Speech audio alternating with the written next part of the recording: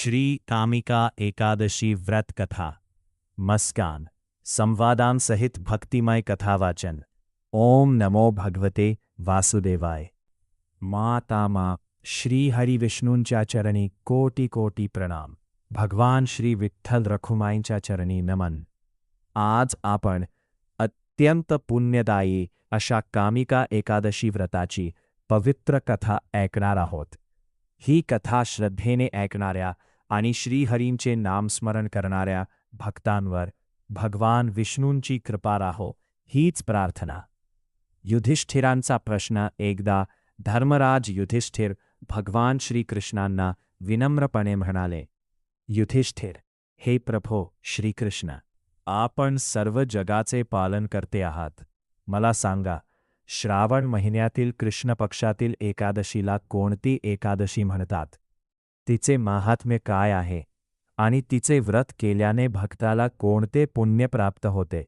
श्रीकृष्ण, हे धर्मराजा, तू अत्यंत पवित्र प्रश्न विचारलास। श्रावण कृष्ण पक्षातील एकादशीला कामिका एकादशी असे म्हणतात। ही एकादशी भगवान विष्णूंना अत्यंत प्रिय आहे। जो मनुष्य या दिवशी श्रद्धेने उपवास करतो, भगवान विष्णूंची पूजा करतो, तुलसीदल अर्पण करतो आणि रात्रभर श्रीहरींचे नामस्मरण करतो, त्याला महान पुण्य प्राप्त होते। युधिष्ठिर, हे नाथ, या एकादशीचे माहात्म्य मला सविस्तर सांगा।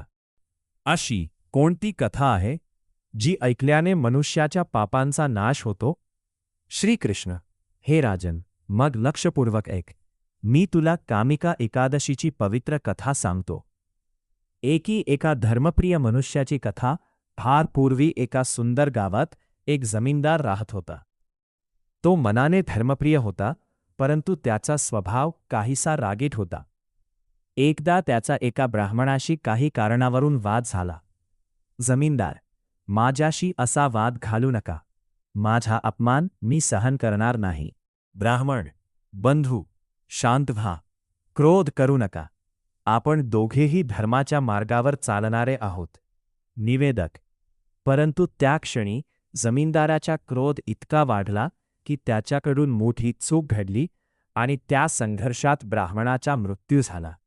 क्षणभरातच त्याचा राग शांत झाला। जमीनदार, हे देवा, माझ्याकडून हे काय घडले? मी एका ब्राह्मणाच्या मृत्यूला कारणीभूत झालो। माझे जीवन आता पापाने भरले आहे। त्याला आपल्या कृत्याचा अतिशय पश्चात्ताप झाला। त्याने ब्राह्मणाच्या कुटुंबाची क्षमा मागितली आणि अंत्यसंस्काराची व्यवस्था केली, पण त्याच्या मनाला शांती मिळेना। पापातून मुक्तीचा मार्ग तो अनेक साधू संतांकडे गेला। जमीनदार, महाराज, माझ्याकडून मोठे पाप घडले आहे, माझ्या मनाला शांती नाही, मला या पापातून मुक्त होण्याचा मार्ग सांगा। एक संत त्याला म्हणाले, ऋषी, वत्सा, मनापासून पश्चात्ताप करणे ही पहिली पायरी आहे, परंतु भगवंताच्या शरण जाणे आवश्यक आहे। लवकरच कामिका एकादशी येत आहे, त्या दिवशी भगवान श्री विष्णूंचे श्रद्धेने व्रत कर। जमीनदार, महाराज, मी काय करावे?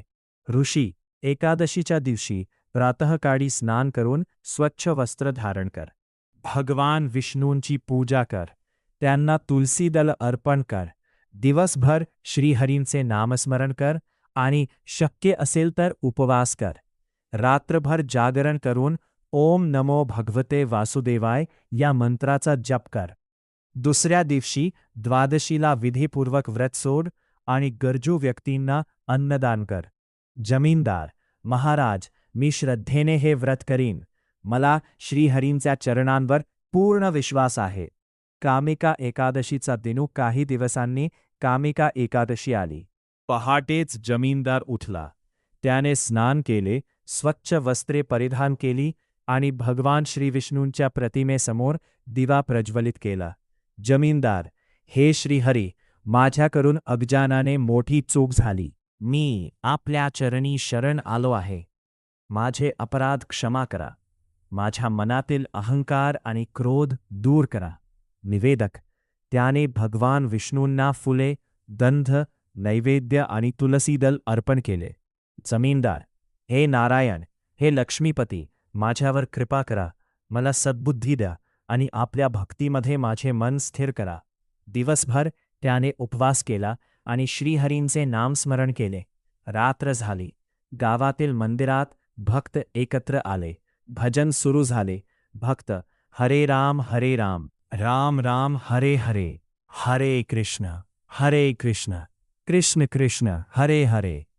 जमीनदारही संपूर्ण रात्र भगवान विष्णूंच्या चरणांचे स्मरण करत राहिला. त्याच्या डोळ्यांत पश्चात्तापाचे अश्रू होते. जमीनदार, हे प्रभो, मला माझ्या चुकीची जाणीव झाली आहे. माझ्या मनातील सर्व पाप, क्रोध आणि अहंकार दूर करा. मला आपल्या भक्तीचा मार्ग दाखवा. भगवान श्रीहरींची कृपा.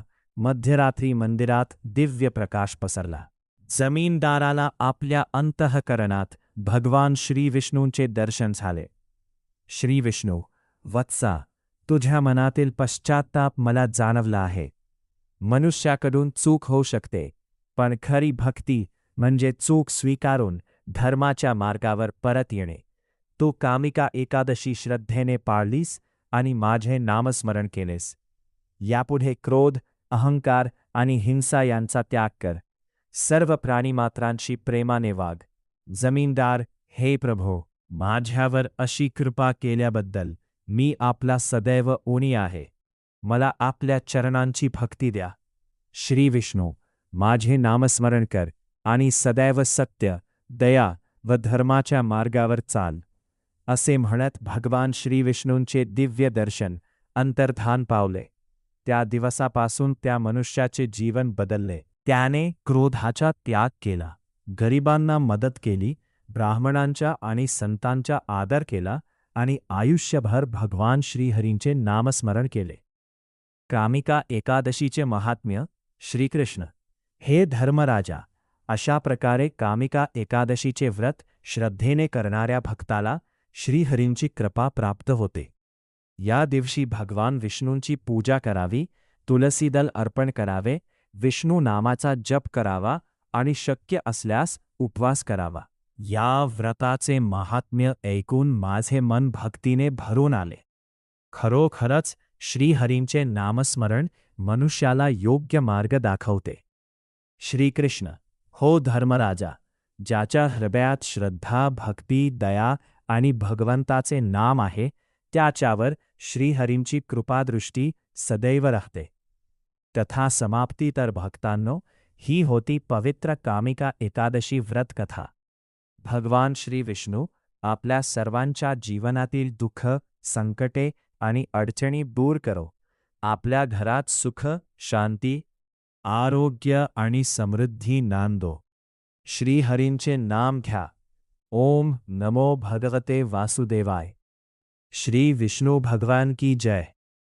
कामिका एकादशी माता की जय. आराक श्री विठ्ठल रखुमाई महाराज की जय. पांडुरंग हरि विठ्ठल.